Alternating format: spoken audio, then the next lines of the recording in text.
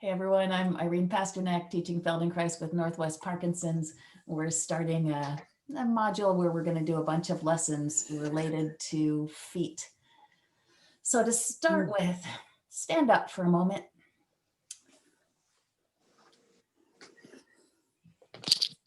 Stand up.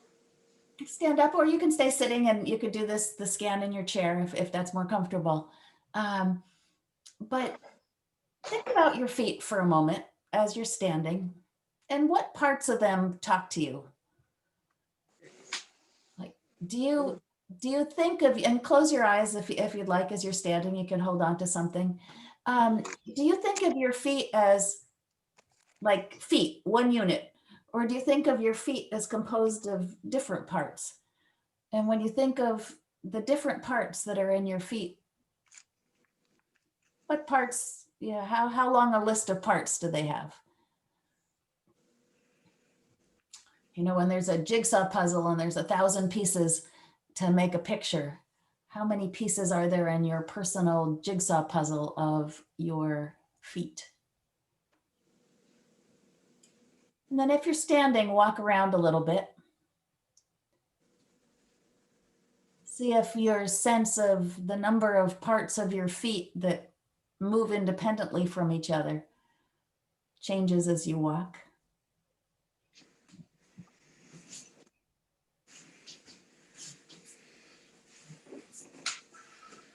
And then come and sit down again.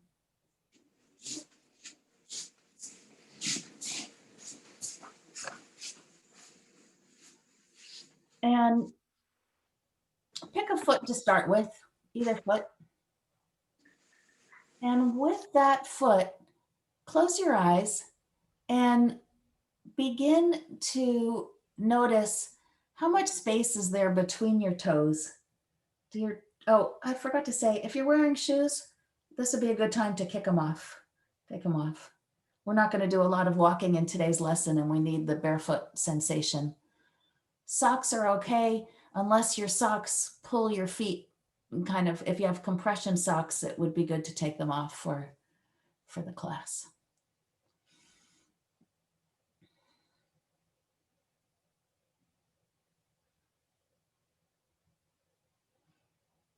Okay, so close your eyes and imagine that you were looking up at this foot from the bottom. So we were like, you were standing on a piece of glass and you're looking up at your foot. And looking up at your foot from the bottom, imagine see how much space there is between your toes. Are there some toes that are further apart than others? Some that are squished together more than others? And take a magic marker from underneath in your imagination and draw a line on the bottom of each of your toes that feels like it's right where the bones are in that toe. You can choose whatever color you like for your magic marker to make a line for the toes. And these are wonderful magic markers. They're easy to erase and change as you get clearer of the structure of your feet. Your big toe has 2 bones in it, and your other toes have 3 bones in them.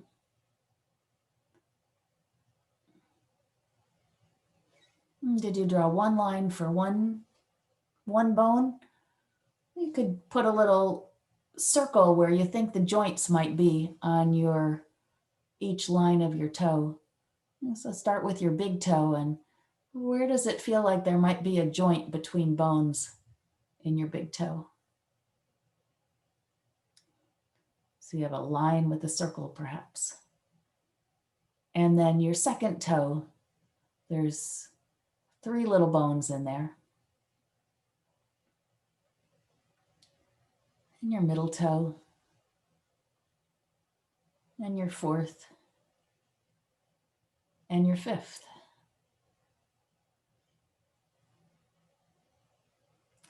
Now, the toe bones go back toward the middle of the foot.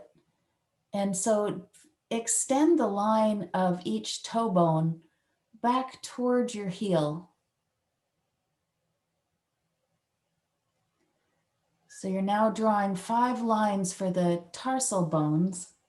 And some of you may be going, I have no clue what you mean there. So open your eyes for a moment. We'll just look at the bottom of the foot. So this is what you're looking up through a piece of glass you're standing on to see the bottom. Let me bring it closer.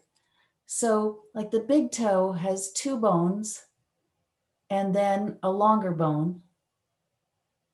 And the second toe has 3 bones, 1, 2, 3, and then a longer bone that's even longer than the big toe, long bone. And the third and the fourth and the fifth. So you're drawing on the bottom of your foot your sense of these bones, these tarsal bones.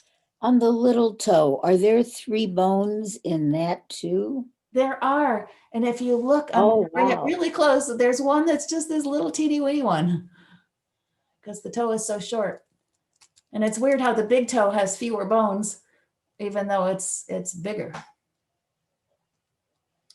And then if you look at where those bones stop compared to where your heel is, this is your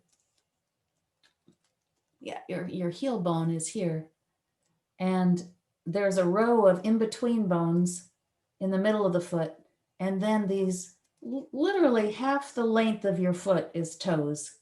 It's just, they don't stick out as separate digits, but they have the long bones to them. So if you're looking for where in your mind's eye the toe bones end, it's halfway between the front of your toes and the back of your heels. Okay. So close your eyes again. You could erase your foot if you have a different image of it now, and draw the lines from the tip of your toe back to halfway between the back of your heel and the front of your toe.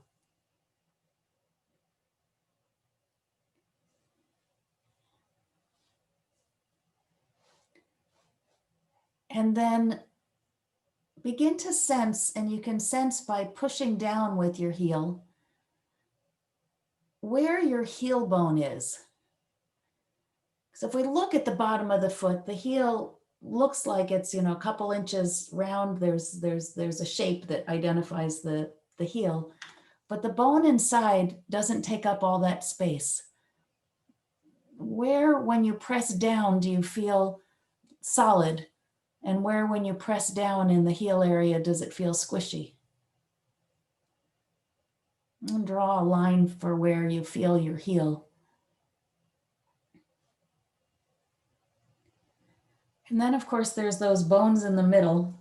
Well, let's look at them for a moment because they're interesting. So open your eyes. And the bottom of the foot has 2 structures to it. There's the heel bone, and it points to this big bone that then points to toes 4 and 5. So that's one structure of the foot, the outer foot.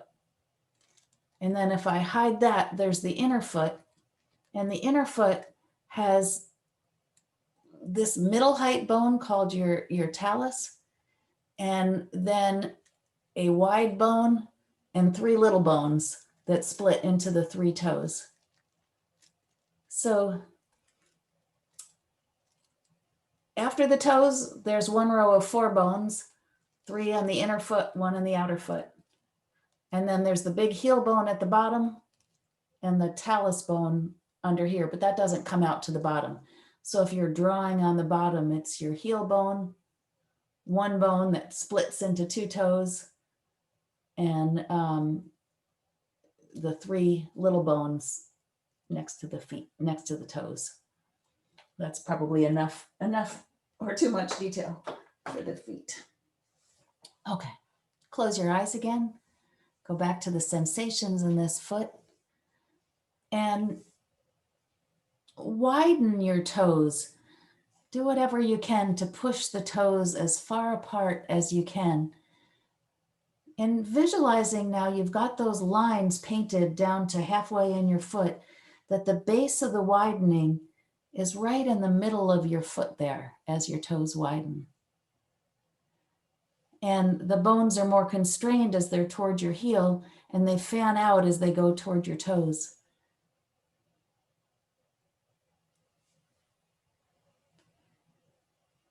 Let's take a moment with our hand. So whichever foot you're playing with, take that hand, and you've got the same bones there. You've got the 3 bones in the finger, and then the long bone that goes down to your wrist.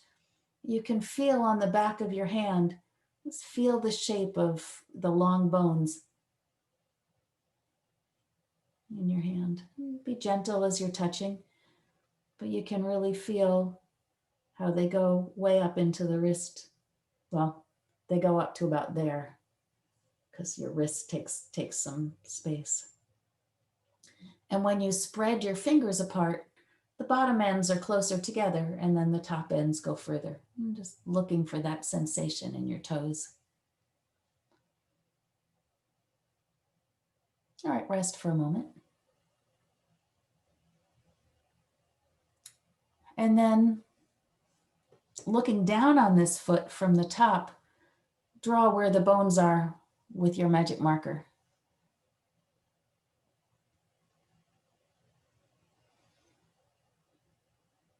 And in particular, an important bone joint to locate is where does the 3 bones, or the parts of the toe that stick out, those bones, where do they meet the long bones? On your hand, that's where your knuckles are. And you can see that the knuckle is a good inch below where the fingers split. And just you're looking for that joint in your feet. And when you think of where that is on the top, draw in your mind's eye a little circle on it. Some of you who can reach your feet, feel free to touch your feet if that makes it clearer. But for some people that's challenging, and you can do it just in your imagination. But if you can touch your foot, you can see where this knuckle is on your feet. Where.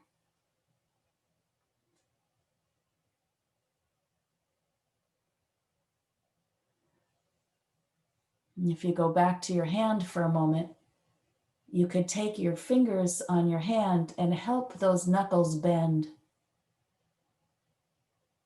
by putting one finger on top, one below. You can bend the knuckle. And then in your feet, if you're touching it or if you're not touching it, you can imagine where that bend is.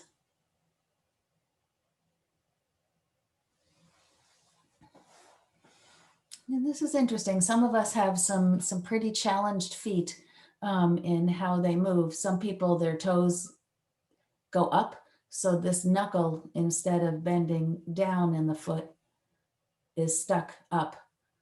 And sometimes the toes turn into hammer toes when that happens. You could try that in your hand. If you take this knuckle in your hand and let everything bend up, you can feel how there's a lot of pressure and tension in the hand there. That's the same thing that can happen in the foot. But if you push up on the knuckles from underneath, the hand kind of softens. And our feet are meant to do that. Okay, rest for a moment.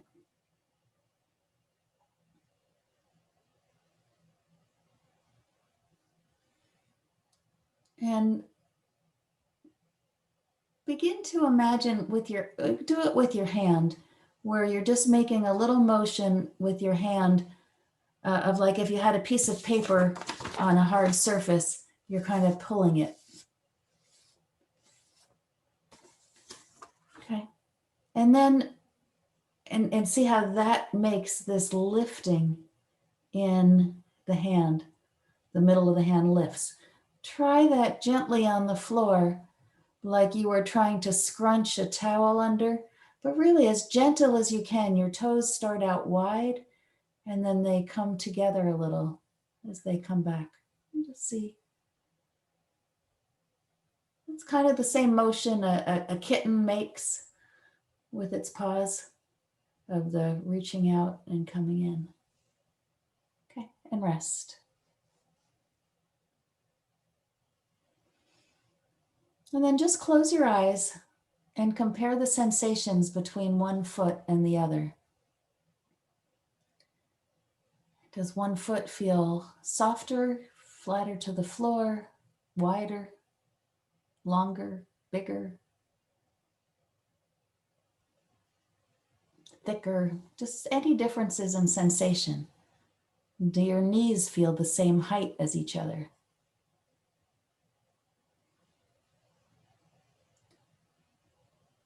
And is there a sense that this foot you've been imagining, if it has more parts than the other one?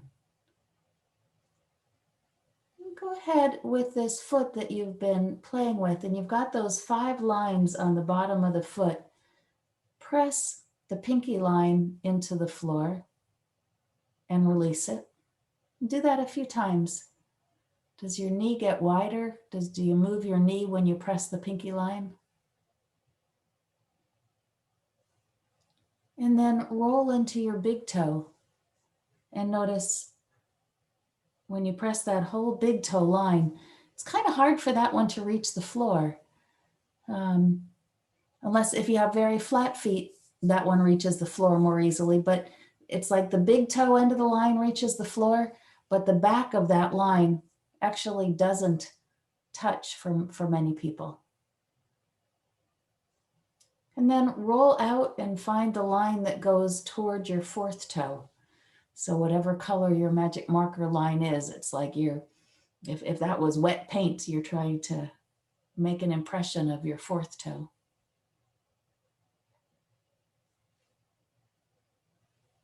And then go to your 2nd toe and make that line. And alternate between the 4th and the 2nd. And look for sensations in your lower leg.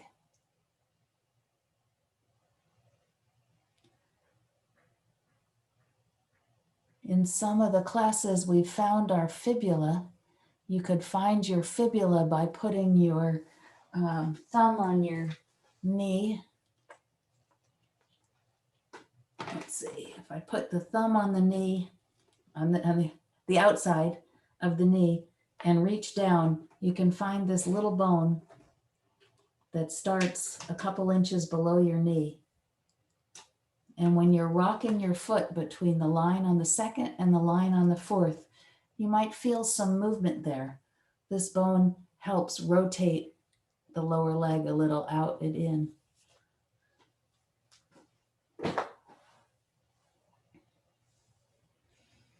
Just even, you could put both hands down just under your knee, and there's the big bone, the tibia, that goes down, and then the little fibula on the outside. Let's see if you can find those 2 bones.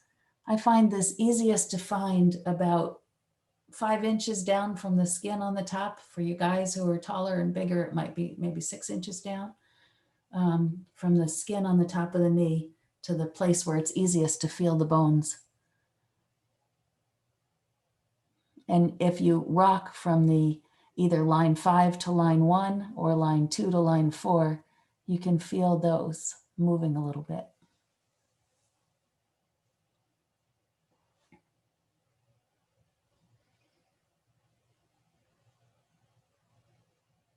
Okay.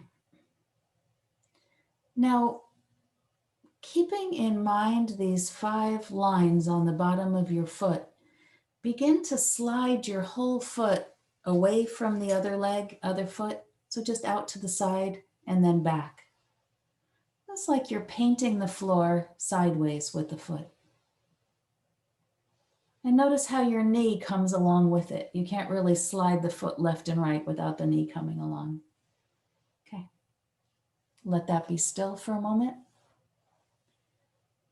And turn your foot a little in. And just go in and come back to neutral. And feel how your lower leg has to move for the foot to turn in.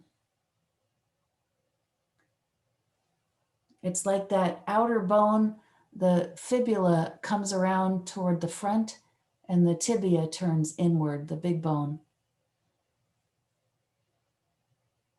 There's a little bit of that motion that could happen just in your ankle for some people, but to make it bigger, there might be something you need to do with your torso.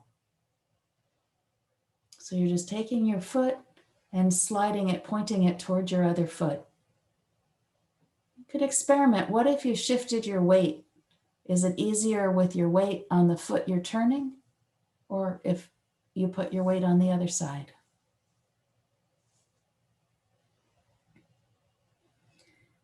And we've experimented in class with the side bending motions.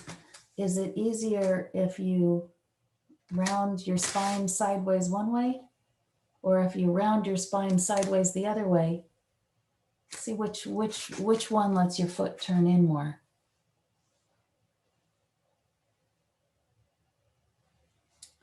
And is it easier if you round your shoulders as you turn your foot in, or if you arch your back and look up and turn your foot in?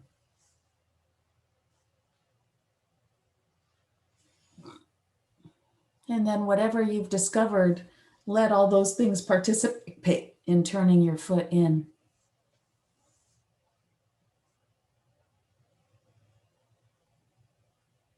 And rest for a moment.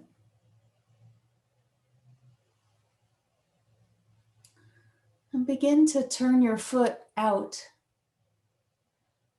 And do that same experimentation. Is it better to shift your weight onto the side you're turning it out, or the other side? Is it better to lift the shoulder of the foot that's turning, or to lift the other shoulder?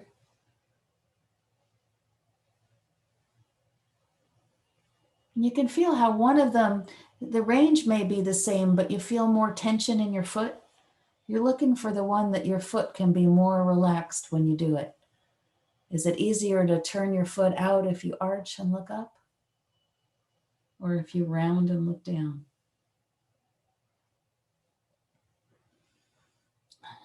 Our poor feet are often the victim of what we do with our upper body. And if the upper body doesn't go with the feet, you can really, the feet have little muscles, the upper body has big, so we can overwhelm and hurt our feet with our torsos. Okay, now let that go. And we're going to alternate, turning, pointing your foot in and pointing your foot out. And feel how that little torso shift in your body. Again, if you're not near the front of your chair, this will be a little harder. So come to the front of your chair and you'll feel your sit bones react to this foot going in and out, and that your waist pushes one way and pushes the other way. Okay. Rest for a moment. Close your eyes. Sense for differences between your feet, how high your knees are. Perhaps even which shoulder is more relaxed than the other. One side of your neck might feel longer. Just any differences you notice. There might be more room inside your mouth on one side. Now we're going to do something kind of different. We have our foot with the bottom pointed down and the top pointed up. You're going to take your foot and slide it under your chair so that the backs of your toes are on the floor. You have to be pretty far forward on your chair. You don't want to fall off your chair, so it's an experiment to see if this is doable. To tuck your toes under and let your foot go underneath your chair behind you. You can hold on to the chair with your hands if that feels better. And if this just feels like no way, do it in your imagination. So one of the things that shapes our feet when we're developing as a baby is crawling. And so this is putting the foot in the position that it would be if you were crawling on the floor. If that helps give you a visual. And see which line from the front of your foot does your foot rest on when it goes upside down like that? Rich, you have a question? Yes, I don't know which way to turn my toes. Is it Turn it under toward your arch or back toward your ankle? Underneath toward your arch. Okay, Yeah. So the foot is upside down and it's kind of curled up under the bottom. And you might have to let that hip go down a little bit. Um, I don't know if you can sit any further up. Yeah, so, okay, undo that motion. And if that motion is being doable, raise your hand. I just want to see. Okay. And if that motion is not really possible, raise your hand. Okay.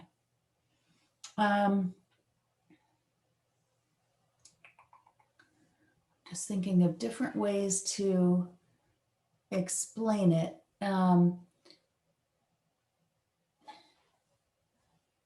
I think what I'm going to do for those of you who are finding it challenging is have you,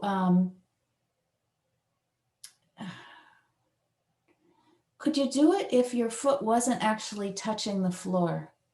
Like if you lift your knee and then try and tuck your foot under your chair, but don't touch. That might require more balance, but it's like, Sharon, I know you've got a toe that's bent up like that. It probably hurts when you put it. It just doesn't go there.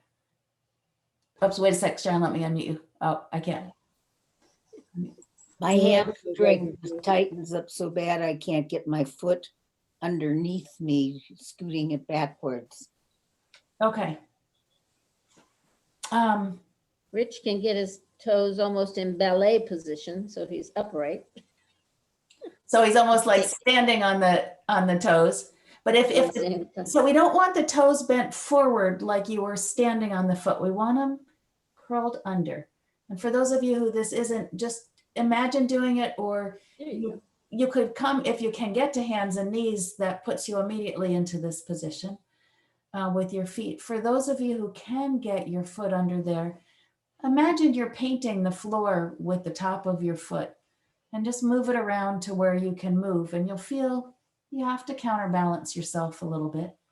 Irene, if I stand and hold on to the windowsill, I can get my foot Perfect. turned back. Perfect. So standing puts a little less demand on the hamstring for doing this. And begin to feel, after you've painted the floor a little bit with this, oops, that where you could press down on the bottom of your foot. And you'll feel, it doesn't feel so nice to press on your big toe, but explore the other toes under there. And there's a spot on the line of the fourth toe where you could actually put a little bit of pressure into the floor there. And this is helping that joint at the base of the toes learn how to bend in this direction a little bit. And then take your foot out, sit normally or stand, and spread your toes and see if there's a sense that the toes can spread a little bit more than they were before.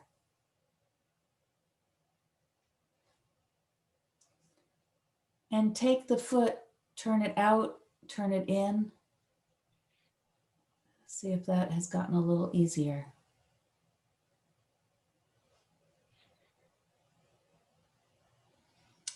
And let's, for those of you who are comfortable standing up, stand up where you can hold on to a wall or your chair or a table, or just some hand to help you with your balance.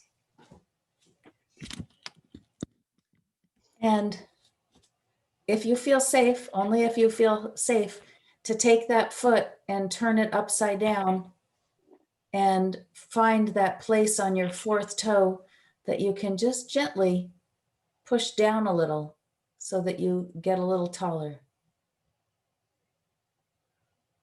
It's strange, we never want to walk around like this, but it just helps you find an organization in your foot, and then take your foot out from that and see which foot you feel more stable on, which foot feels like it has a broader base of support. And as you shift your weight into the foot, feel how your toes can get longer as you shift forward. And then as you shift your weight back or toward the other foot, the toes draw up a little bit. If you just have more sensitivity now in your foot to the components of how the toes take the weight and give the weight back. And the sense of the toes starting from the middle of the foot. You're visualizing your lines, and your lines getting longer and your lines retracting.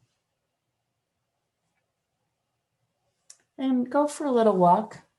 See what feels different in your walk.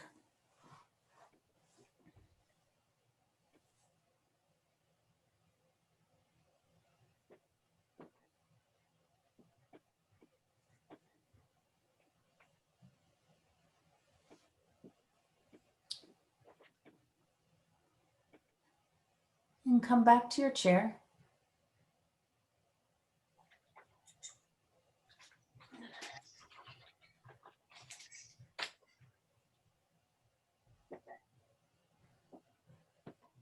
And I'm curious, what did you notice? And you can raise your hand and I can unmute you for many of you, or you can unmute yourself.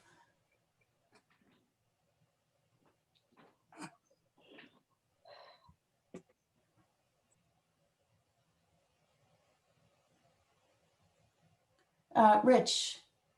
Oh, I can't unmute you. You got to do yourself.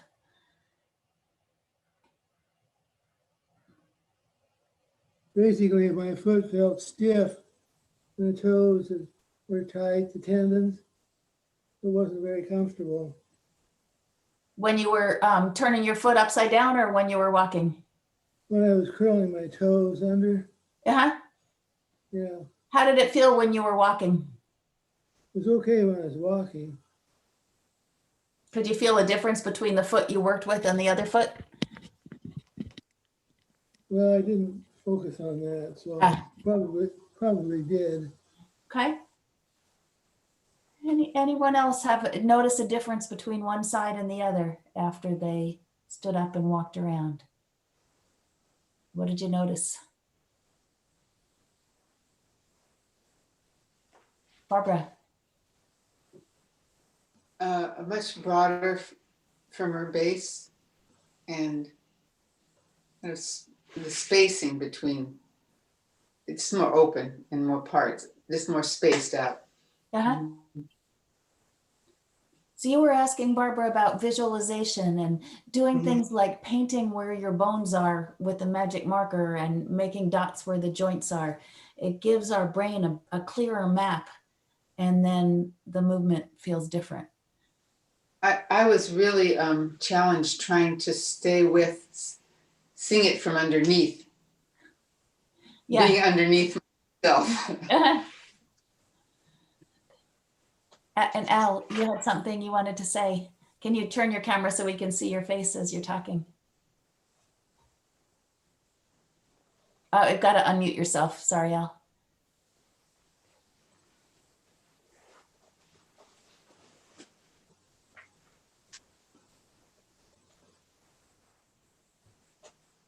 This foot feels a lot warmer than the other one. Uh-huh. A lot warmer. Yeah.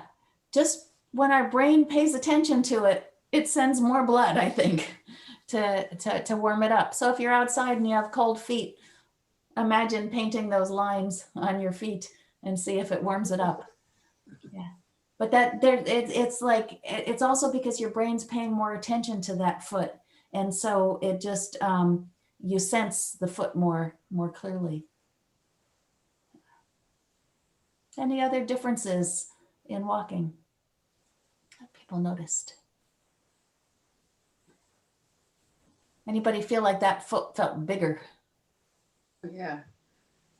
I'd really like to get balanced before we end. Okay, we will. So It was a lot more difficult. say it again, Gus. It was a lot more difficult to perform that maneuver afterwards. It was more difficult to walk afterwards? Yes. Huh, okay. So, Because of pain or stiffness. say it again? Stiffness. wouldn't do what I asked it to do. So your brain had an idea of what might be possible, but the foot wouldn't do it. That's correct. Okay.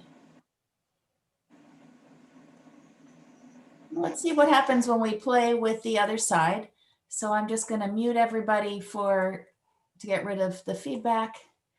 And so with your other foot, begin, and if it's easier to mark the marks on the top of the foot first, mark the marks on the top of the foot of where your bones are in your foot. So imagine you were teaching about bones to somebody else and you wanted to use your foot as the model, and you're painting a line where each of the toe bones are, the little ones that stick out and the ones that are further back, that go halfway back in the foot. I'll put a circle where each joint is in your sense of your foot. Sometimes I find you have to wiggle a little bit in order to sense where these are.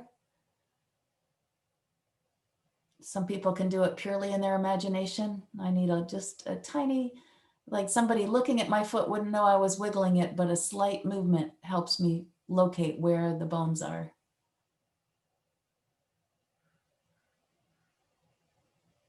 Are you using the same color for this foot or a different color? Some people are like rainbows and a different color on each toe. And then begin to press with your heel on the ground to find where your heel bone actually connects with the floor.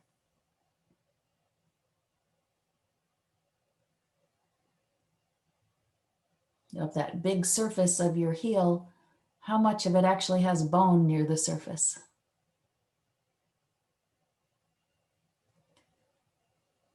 And then in between the heel bone and the front of the foot, there's a small row of 4 bones next to the toes. The one that goes between toes 4 and 5, it's one bone right at that middle of your foot. And then there's an individual bone for each of the big toes that's just small, little cube-shaped bones. And then now that you have the bones on the top of your foot marked, go ahead and mark them on the bottom of your foot. And you'll notice that like the line of your 4th and 5th toe, those bones actually come pretty close to the floor on the bottom. But the lines of the 1st and 2nd and 3rd, the big long part that's not the part that sticks out, is a little higher off the ground.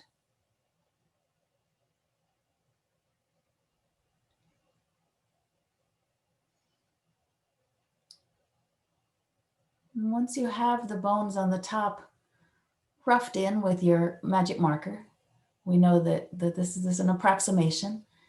Think about spreading your toes with that spread going way back to the middle of your foot where the long bones of your toes begin.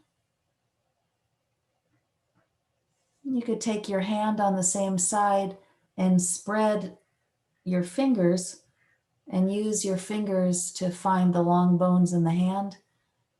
And doing that in your hand helps your brain find it in your foot.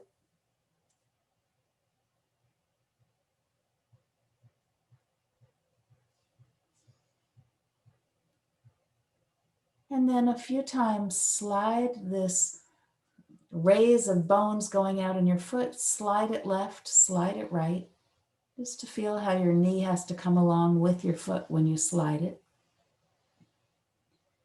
And then find the place that isn't left, isn't right, but is in the middle for that leg. And begin to point the toes inward and outward. So you visualize those 5 lines going in and out. And begin to notice what you have to do with your upper body. Which sit bone do you sit on to move those? Which shoulder do you lift to go in? Which shoulder do you lift to go out? Which side of your ribs compresses, which side lengthens. Do you arch or do you round for different parts of this movement?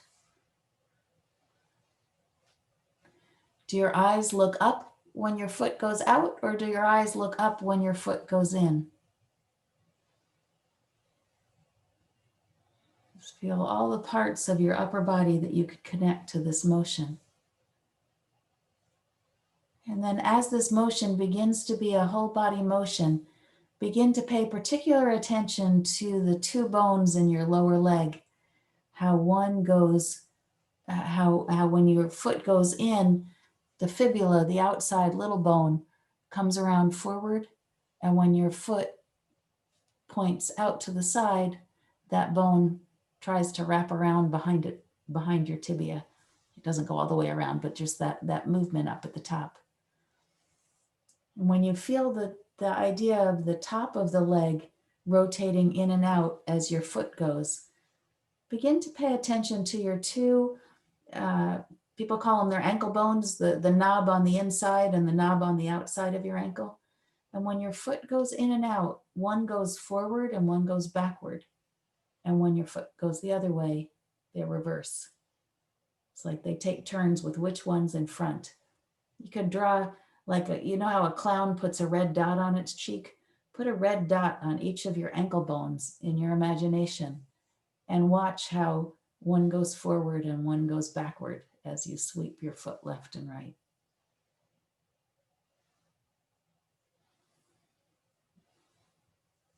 Rest for a moment.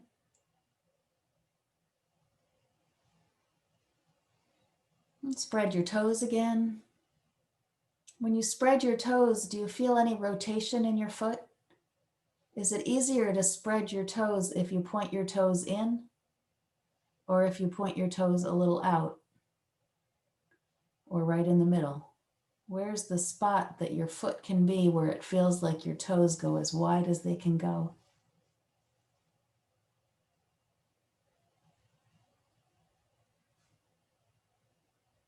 And rest. And begin on this foot to try to turn your foot over and tuck it so that the top of your foot is resting on the ground. I'm doing this gently. It's an unfamiliar move for most of us to tuck it under. And as Sharon found, for some people, standing is easier. You have to bring your belly forward a little bit in order for the leg to be able to move down. If you keep your belly pulled in, then your hamstrings have to engage. But if you relax your belly, the foot can go under. And if that's just being impossible and you feel safe, try it standing. And you'll feel that just as you explore the floor under there, that most of the pressure comes right on this line of the fourth. We're just trying to wake up that line of the fourth toe.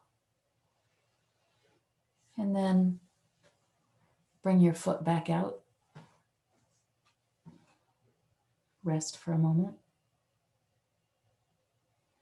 And if this feels like you're forcing it or you're having to push hard, just ignore this step.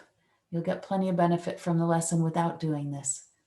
But if it's comfortable to tuck your foot under like that and put just a little pressure as on the bottom of the knuckle of the fourth. See if you can find a way to get a little taller to kind of come away from that. And then untuck your foot. And then spread your toes again. And come on up to standing.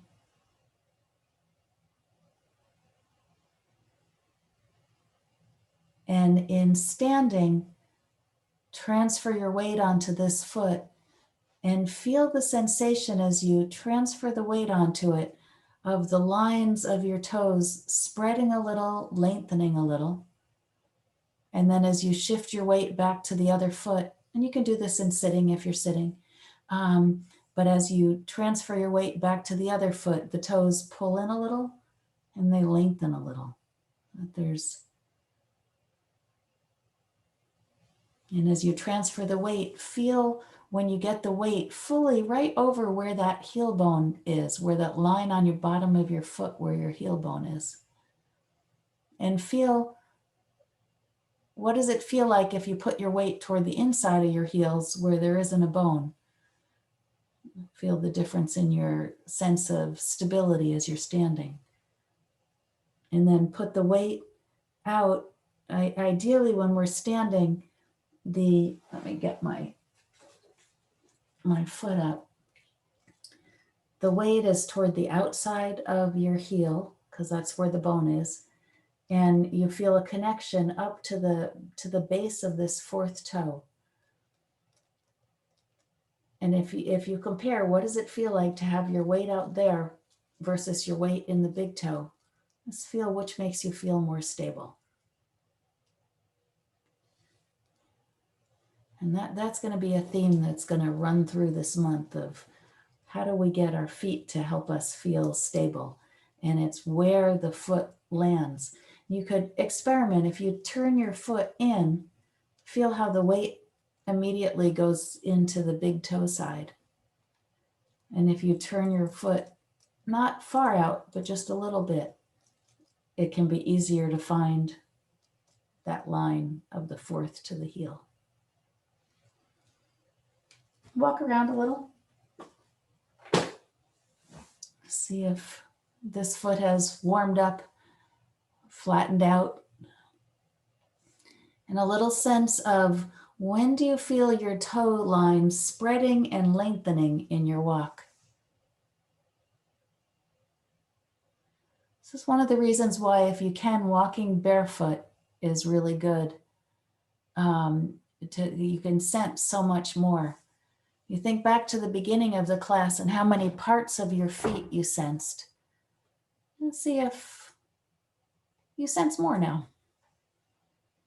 More awareness of that complex structure that's in the feet. All right, and then come have a seat.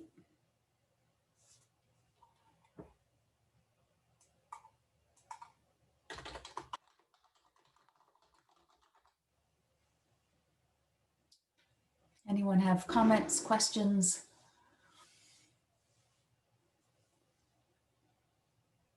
Things they'd like to share about what they notice about their feet? Marilyn, gotta unmute yourself. Sorry, I can't unmute you.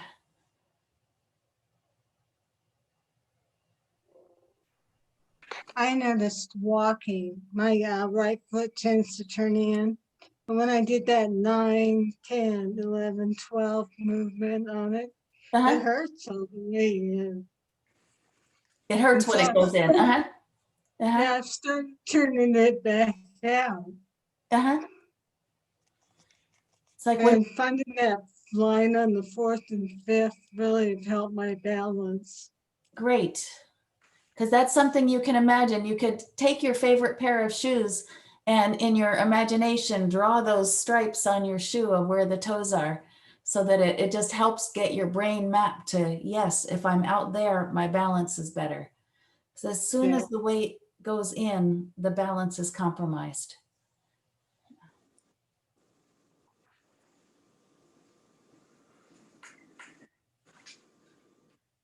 But of course, all the torso work that we do helps in that, because it's hard to force things from the feet because they're little muscles, and that it has to be something that we do in the torso.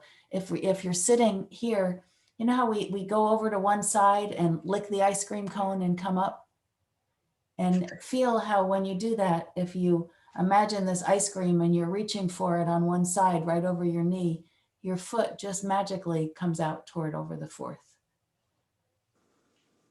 And if you come and reach for the ice cream on the other side, your foot will naturally come out to the 4th. So in walking, there's a little bit of our torso turning that helps that. All right. We'll leave things there for today and come back with more feet next Tuesday. Oh, I know. I have one other question for you before I stop, which is that idea that different parts of you have to move in order to turn your foot in and out. Was that, did you discover some things that made that easier? Like whenever we're rounded, the feet go in more easily. And as we arch, or the transition to arching, they have more possibility of going out. So I think, Scott, you were the one, was it you or was, no, it was Bill, with the foot turning in? Bill, okay. That was Bill. I'm gonna have to email him and say, Bill, you missed the class that I did for your question. All right, we'll leave it there for today and come back on Tuesday. Goodbye, everybody. I'm gonna Thanks, stop Irene. recording.